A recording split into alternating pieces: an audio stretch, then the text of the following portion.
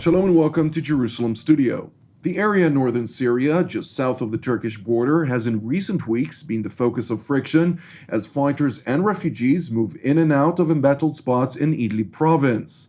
While Moscow is in full support of Damascus, it is also negotiating with Ankara to find some interim solution. Here to talk about this military, diplomatic, and humanitarian crisis are Colonel Reuven Ben-Shalom, who is a cross-cultural strategist and associate at the International Institute for Counter-Terrorism. Welcome.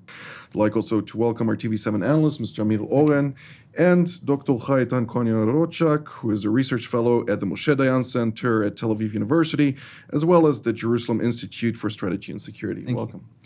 Mr. Oren, give us a broader update on the latest developments pertaining to the Turkish issue. Most challenging, of course, is the Syria front. Well, we've been talking in geographical terms, Turkey, Syria, Moscow, Ankara. It all comes down to personalities, to President Erdogan, to President Bashar al-Assad, and to President Putin, who probably is calling the shots here. Now, Bashar al-Assad has vowed to finish the Syrian civil conflict, whatever it takes. Idlib is the last spot to be taken care of.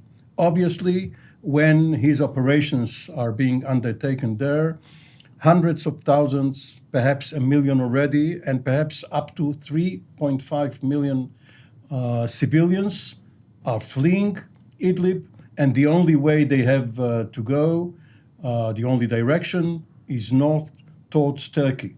For Turkey, it's a crucial, a critical issue to avoid giving those refugees an entry into its land. It already has millions of refugees from the preceding 9 years of this war. It cannot bear the burden of additional refugees, and it threatens the rest of Europe, that it will push those refugees or the extra refugees westward towards other countries.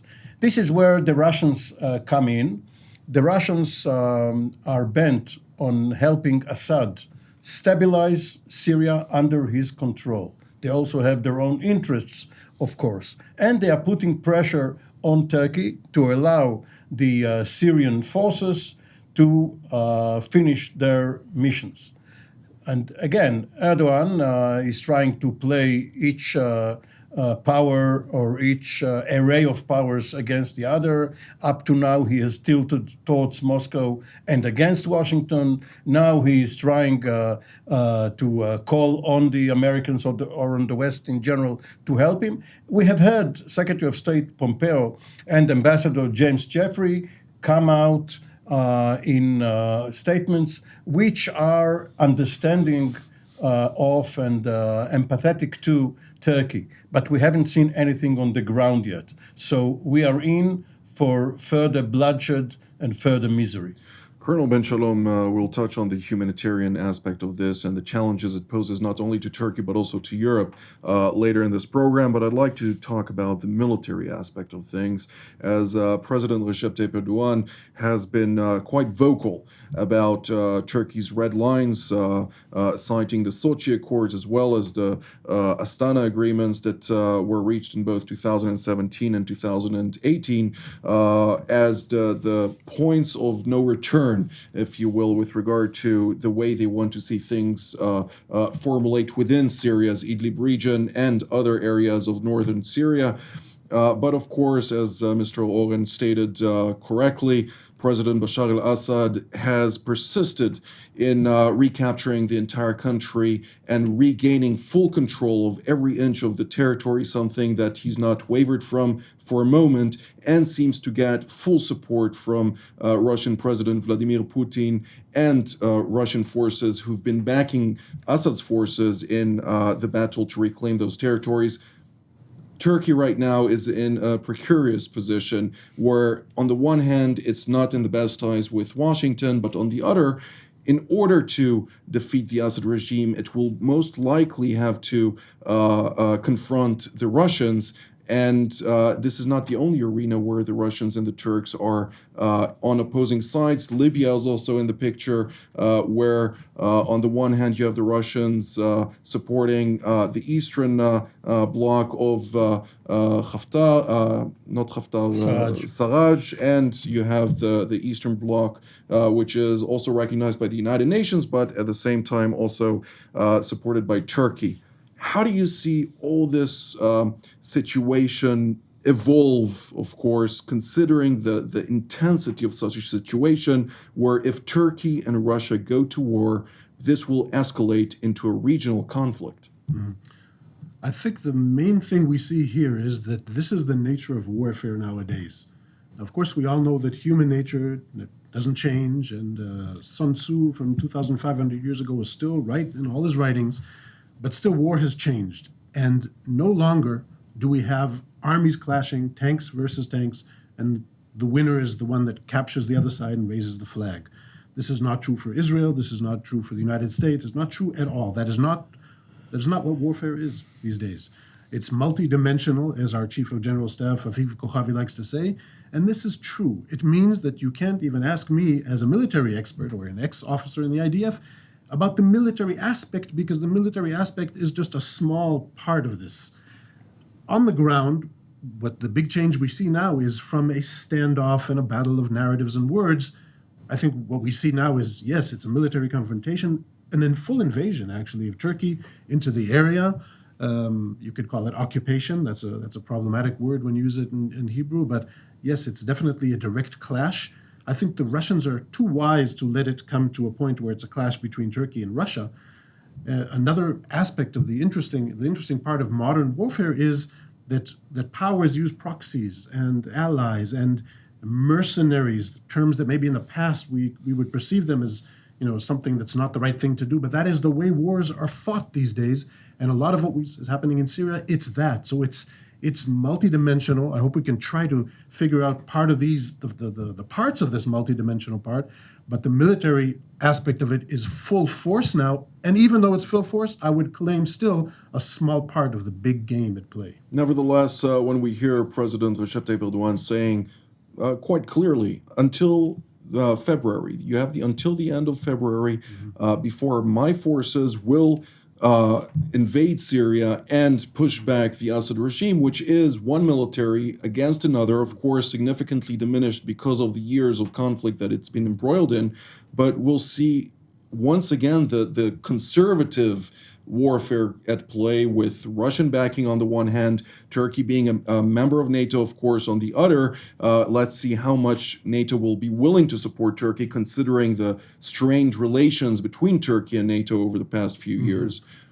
I think what we see leaders doing now, and remember, this is a mistake I make as an Israeli many times, it's seeing people as good guys, bad guys. And of course, as an Israeli now, my tendency would be to talk about the atrocities that Assad is doing and the bad things that Erdogan is doing.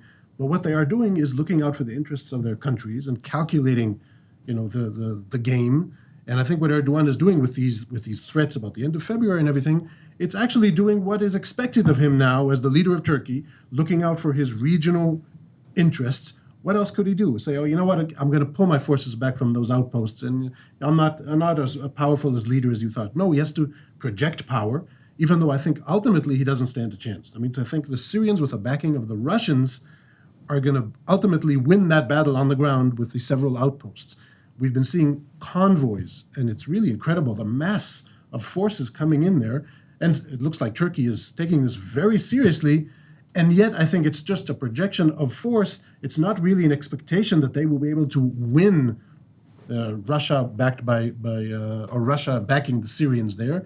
I think it's just still a matter of this clash of narratives and this working of a strategic situation where it's really more looking out for their long-term interests of the region along the border, what Erdogan calls the safe zone. Dr. Cohen, Yanarocak, to what degree, as a Turkish expert, do you see right now the Ankara government being serious about its red lines? Do you see them following through on their threats with regard to pushing back the Syrian regime forces? And on the same tone, to what degree do you see President Erdogan actually have the backing of the people in Turkey, considering all the developments? Okay, first of all, I would like to emphasize that this brinkmanship policy, from my perspective, is designed for the domestic politics. Since the Turkish armies suffered already high casualties, so Erdogan had to give a real answer. And from their perspective, the Assad army is not a match to the glorious Turkish army that it is backed by the NATO weaponry. Therefore, in order to to demonstrate a power, so Erdogan took the stage, and he made it very clear that there will be an ultimatum. And with this ultimatum, he also won some time in order to negotiate with the Americans in order to get their blessing, and or if not blessing, but the American armor. And suddenly, Mr. Erdogan remembered that he was a member of NATO, and he's trying to basically use the leverage of NATO vis-a-vis the Russians. Also, James Jeffrey came there, and he said, we have some Turkish martyrs there. And the Turkish press really liked this expression, the martyrs, right? I don't know if all of the Turkish constituency will buy that. Many of the Turkish people are very pissed off that the Turkish army has already struck this in this Syrian. In this Syrian war theater, and not all the Turkish citizens are supporting this warfare. But from Erdogan's perspective, it's really good, and it's playing in his hands. The most important problem of Mr. Erdogan is economy, and with this kind of a problem, so you can divert people's attention to somewhere else. And when you're pumping this nationalism and extraterritorial military operations, so the people will think that, you know what, we are a strong country, and maybe we should postpone this economic problems to the next month or the other month, and let us not now concentrate on the immediate interests of the Turkish Republic. Nevertheless, one point that you mentioned is the economy, of course, which is significant. But I hear in the Turkish streets, and I speak to a lot of Turkish people to understand their mind and their perspective of things. I hear a lot of frustration with the Syrian refugees that have been not very easy on the Turkish economy. Of course, when President Erdogan and the AK party came into office in the early 2000s, they really made a significant shift from a country with 20% inflation. In the early 90s, they were able to draw a certain 180-degree shift in a better projection for the economy. Now it seems like it's going down again. It's going down and again. The ones who are to blame are the Syrian refugees. Yes. And as Mr. Oren also stated earlier, those 3.5 million people living in Idlib, living in Idlib might be also crossing the borders. Of course, we hear Germany has been pumping a lot of money, at least 40 million euros at the first stage, and then other installments and pledges in order to erect all kind of humanitarian camps.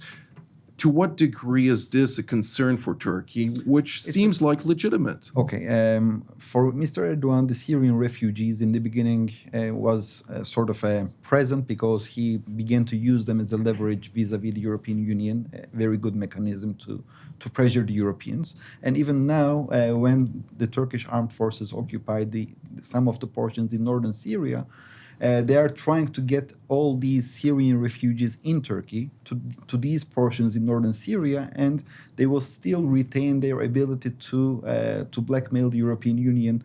And Turkey is not, withdrawing from this very important advantage. And regarding your question, the hatred towards the Syrian refugees, it is very real, and we happen to see the results, the immediate results in the Turkish in Istanbul and in Ankara municipal elections, most of the people blamed Erdogan and his mayors that because of their policies, these Syrian refugees occupied and invaded the most important Turkish cities. And when we are speaking about the invasion, it's not only visual presence, right? They are also occupying the job vacancies of the many Turks. And also the rents of the apartments are also rising. So it's triggering many problems. Indeed. Also social problems between neighbors. Mr. Owen? A word about NATO. The North Atlantic Treaty Organization was created in 1949, of course, against the Soviets, the Iron Curtain, and all of that. But another reason was to have traditional enemies inside the group. France and later West Germany, and now, of course, the Republic of Germany, inside. Turkey and Greece were inside, cohabitating, because they had a common enemy, the Soviet Union. In the 1970s, when Turkey invaded northern Cyprus, the rationale put by Washington was, yes, this is an aberration because in Greece they have a military junta, dictatorship, which is against the norm in NATO, which is one reason why Spain under Franco and Portugal under Salazar were not members. And the Cyprus problem is still here, even though Greece is a democracy again. Now what we have is tension between Turkey and Greece, including about islands in the Aegean Sea. The Turkish government, at least ministers, perhaps not Erdogan himself, but ministers are claiming that the Greeks have put battalions on some dozen or 14 islands, which are, of course, close to Turkish coasts. There is a dispute about territorial waters. And all of this means that if NATO has to act by consensus, Greece can veto any help to Turkey. They have other disputes, of course, going back to the July 15 coup. So the leverage goes both ways. Right. So if Turkey wants American help through NATO, it will have to mend its fences with Greece. It's very, very complicated. However, one can see the making of a compromise regarding this security zone or buffer belt, because it has to do with size. Erdogan has spoken up to now about 20 miles, 32 kilometers. This is not sacred. If eventually it goes down to, let's say, 10 miles, and this has not to do with military risk. It is not the range of a gun or a rocket. It has to do with the refugees, to block their movement towards Turkey. So President Putin can formulate a compromise in which the Syrians will agree in principle and for some time, and the Turks will agree to a smaller footprint within Syria, and this will enable them to reach an agreement. Even though we need to keep in mind that Idlib province is inhabited by a big population of Islamists and jihadists, including Tahrir al-Sham, which is the controlling denominator of that territory, something that the Russians are well aware of, and many Russians fighting in Syria that were killed were because of those organizations, including, of course, Al-Qaeda-linked groups, Jabhat al-Nusra that was transferred to there, the organization, the Islamic State, of course, in its all denominators. To what degree do you see the Russians accept that jihadist population being put in a narrow corridor under Turkish protection, regardless of Turkish concerns? Well, no solution is permanent. We have to, or they have to, solve the current crisis. The Syrians, backed by the Russians, are not going to give up on their military operations against all of these groups you mentioned. And the question has to do not with the fighters, but with the civilians, including the families of these fighters who were moved into Idlib from other parts of Syria. There will have to be a solution, perhaps new camps outside of Idlib, but Assad and Putin are not going to let those resistance forces stay in Idlib. Their families, the civilians, will be able to leave, but not go into Turkey. Resistance, I'd rather call them jihadist forces. No, than those who anything. resist their own forces. Indeed. Colonel Ben-Shalom, the complexities of this battle are vast. Nevertheless, one key ingredient that may escalate the whole situation to an all-out war is miscalculation. We've seen in the past that Turkey has downed Russian fighter jets. We saw just in recent weeks several helicopters being shot down by Turkish-backed forces using Turkish munitions, of course. And all this development may not be looked over by President Putin in the future if, again, a Russian aircraft were to be shot down. Also considering the fact that the Russians are showing a lot of muscle in those territories along the border right now. To what degree do you think that this situation is fragile to the point of no return? I think all the developments are such that make us understand that there is no ability to predict. Who would imagine that it would turn out this way? Also, we have this tendency to see that the beginning of the 20th century, back then there was chaos and the world powers were carving up the world and inventing new countries. But we are civilized now, right? I mean, now we have these skirmishes, these wars, but countries are countries, borders are borders. So in our mind, we imagine that Syria eventually must go back to what is Syria. But the truth is that that's not the case. We are demonstrating now, humanity has demonstrated that we have not improved in 100 years, and we're still doing the same things. The atrocities are the same atrocities. The wars being fought here are certainly not with a Western mindset of taking into consideration the humanitarian aspects and all that. That's like a byproduct. So the military aspect, the way the war is won here, is such, with such aggression, taking more the calculations of these powerful leaders, and probably Putin is number one in just carrying out his calculations, employing his force, and even making all of us believe that he's so dangerous that if we down 2 Sukhois tomorrow, who knows what's going to happen? He's going to snap. I don't buy it. I think Russia is very, very calculated. I do agree that if a couple of Russian planes will be downed, Russia will exploit that and make it into such a big deal, and they will calculate that in a way that will enable them more aggression or to promote more their interests. So I'm saying both, okay? I'm saying, yes, on the one hand, things could ignite, things could escalate. There's absolutely no way of knowing. It's like when the Americans pulled out, we all said, it's just a few. What do the Americans do in Syria? No, just pulling that out enabled this cascade of events of emboldening Turkey to go in. So actually, every little thing that happens, you don't know what the ramifications are. But still, you have calculated leaders that know what they want. They're not just going to get dragged into something that they don't want. Dr. Cohen, Yanarocak, can Turkey invade Syria and battle the Assad regime forces without Russian consent, considering the fact that, not to forget, the northern border is bordering Russia. Yeah. So if Russia is attacked on the south, the Russians are not going to hold back on the north of Turkey, and suddenly you have a whole new predicament for Turkey to deal with. From my perspective, Turkey cannot achieve anything in Syria without the American and without the Russian consent. Turkey is very much aware of its limits. I'm aware that the Turkish decision makers are making bombastic, statements. This is something else. This is, for its own domestic politics. But the Turkish decision makers, they do really know what they can do and what they can't do.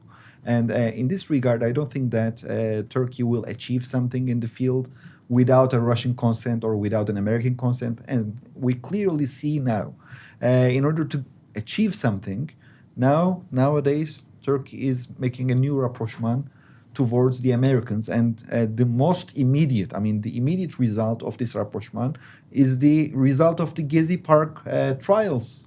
Recently, Osman Kavala, one of the most important philanthropists in Turkey, who was accused for orchestrating a coup attempt in 2013 with the Gezi Park protests, recently freed from prison, and everyone was expecting that his prison term will be, that he's going to remain in.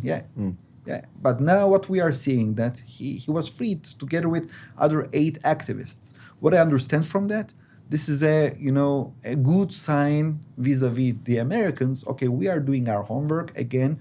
You asked Kavala to be free and his friends. Now we set him free. So please push the Russians so that we can also show our people that we have achieved something. Where are we heading to? We're drawing near to the end of the program. In a short sentence or two?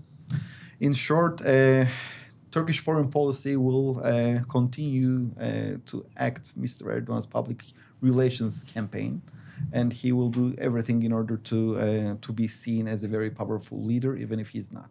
Colonel Ben-Shalom? I think the main issue that we should deal with, the international community should deal with, is not trying to shape the interests of the countries, but more to deal with the catastrophes, the humanitarian catastrophes. And I think the fact that things could unfold as they do now with the humanitarian crisis and hundreds of thousands of people as we speak, and the fact that we accept it as it's a given, it's a byproduct of war. I think that's something we should all take into consideration. Mr. Oren, is Israel concerned from the north? No, Israel is not concerned from the Turkish, Russian, Syrian aspect. It is concerned with the Iranian aspect, and Ambassador Jeffrey only a few days ago in a briefing mentioned that Israel is flying at will, attacking Iranian targets. But just to go back for a second to President Erdogan, he's been in power almost 18 years now. He's getting bored. And when he's getting bored, he looks for other fronts, such as Libya. Turkey is overextended. It has to go back to its natural limits. Well, I think that he's very strategically inclined and is quite aware of every move that his country is taking. Nevertheless, this is all the time that we have for today, so we'll have to discuss this topic in the near future again. I'd like to thank Colonel Ben-Shalom, Mr. Oren, and Dr. Cohen Yanarocak for being with us here today. And I'd like to thank our viewers as well, and we will see you next time.